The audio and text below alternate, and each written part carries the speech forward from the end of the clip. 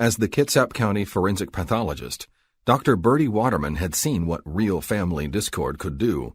She was grateful that hers was more of a war of words than weapons.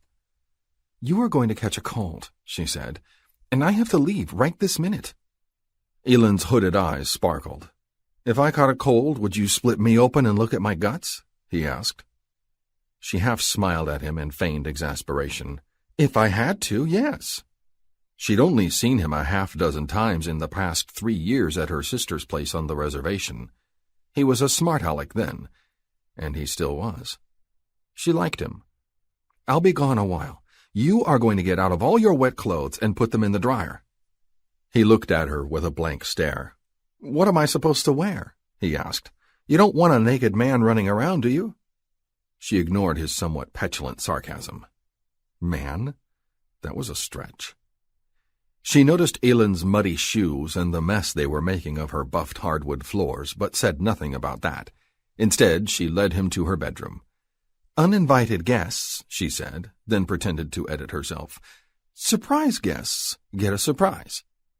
She pulled a lilac terry robe from a wooden peg behind her bedroom door. "This will have to do," she said, offering the garment. Ellen made an irritated face but accepted the robe. He obviously hated the idea of wearing his aunt's bathrobe, probably any woman's bathrobe. At least it didn't have a row of pink roses around the neckline like his mother's. Besides, no one, he was pretty sure, would see him holed up in his aunt's place. "Aunt Birdy, are you going to a crime scene?" he asked. "I want to go." "I am," she said, continuing to push the robe at him until he had no choice but to accept it. "But you're not coming. Stay here and chill.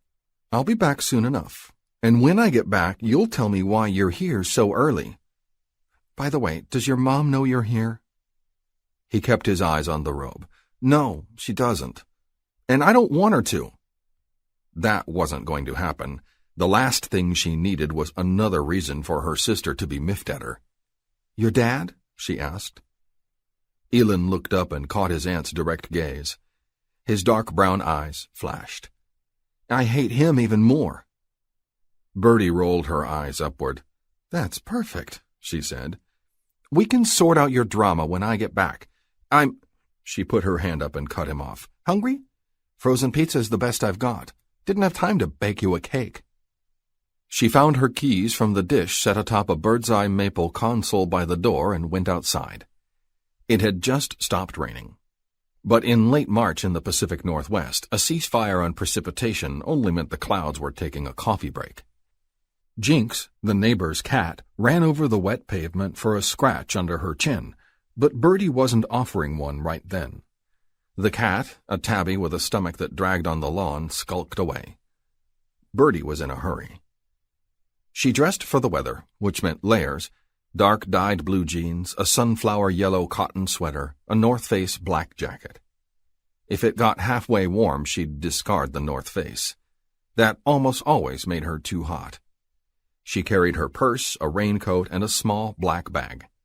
Not a doctor's bag, really, but a bag that held a few of the tools of her trade. Latex gloves, a flashlight, a voice recorder, evidence tags, a rule, and a camera.